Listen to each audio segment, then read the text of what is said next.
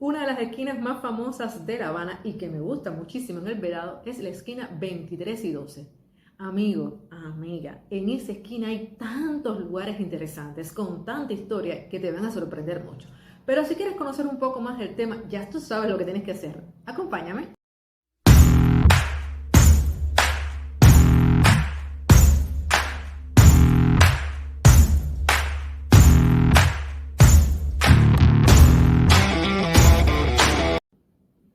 Hola, bienvenido a mi canal si es la primera vez que me visitas. Soy Alija, una cubana que comparte contigo acerca de crecimiento personal y costumbres y hábitos de los cubanos. Y hoy vamos a hablar, ya lo mencioné al inicio, sobre uno de los lugares que más me gusta en el Vedado, La Habana, la esquina 23 y 12, que tiene muchísima historia y muchísimos lugares interesantes.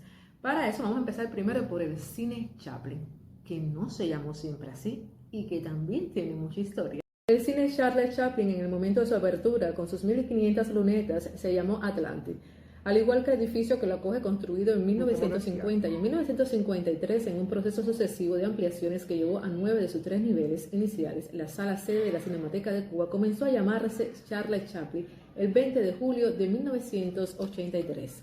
El edificio sirve de sede del Instituto Cubano de Arte de la Industria Cinematográfica ICAI. El Atlante era un inmueble de oficinas, radicaban allí bufetes de abogados, gabinetes estomatológicos, estudios de ingenieros y arquitectos y sobre todo despachos de no pocas compañías constructoras.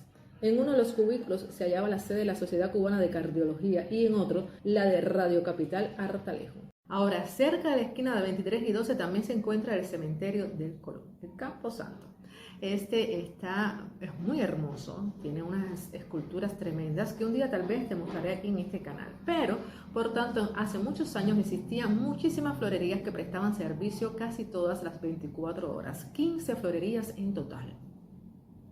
Entre ellas, jardines florales como Goyanes, Trías, La Azucena, El Gladiolo, California, La Hortensia, La Jungla, Alcázar, La Dalila, Riviera, El Encano, entre otros. También marmolerías como Isla de Pinos, La Biloba y la de José de Tarasido. Pero en la misma esquina 23 y 12, donde se encuentra la pizzería Cinecita, se hallaba el bar-restaurante El Chalet, que en su nueva etapa, ya con ese nombre, crea recordar Domingo Cuadriello. Abrió sus puertas el mismo día en 1966 en que se hizo la heladería Copelia. Cuando aún era el Chalet, Flor Loinaz, la hermana de Luce María, era habitual en el establecimiento. Allí se reunía con su apoderado y entre copas de coñac por medio le liquidaba los alquileres de casas y apartamentos de su propiedad. ¿Qué te parecieron estas curiosidades? Regálame un like y comparte con amigos. Pero decir 23 y 12 también es decir la cafetería, bar, restaurante La Pelota. Sí, ahí con su diseño bien grande y su cartel. De hecho, algunos en la actualidad le dicen a esa parada, la parada no de 23 y 12, sino le dicen la parada de La Pelota.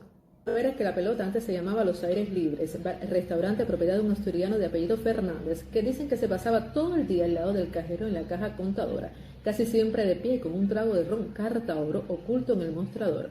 Desde allí, sin perder un detalle, vigilaba el desenvolvimiento del negocio. Seguida por la misma acera, según se avanza hacia 14, anuncios de los supermercados La Copa, el gran anuncio lumínico de Ginebra Gordón, el restaurante Pekín de comida china y en la acera de enfrente el cine 23 y 12, inaugurado en 1941. En la misma acera se hallaba La Suiza, dulcería pastelería subsidiaria por la Gran Vía de Santos Suárez, y en el expendio de flores La Violeta, también el Café Habana, que ocupaba el espacio del actual Centro Cultural Fresa y Chocolate. Por esta y otras razones, la esquina 23 y 12 tiene mucha historia. ¿Qué te pareció?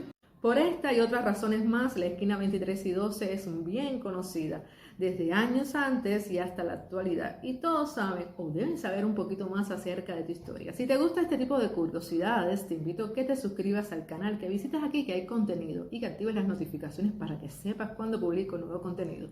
Pero si también te interesa conocer acerca de crecimiento personal, este es el canal que estabas buscando.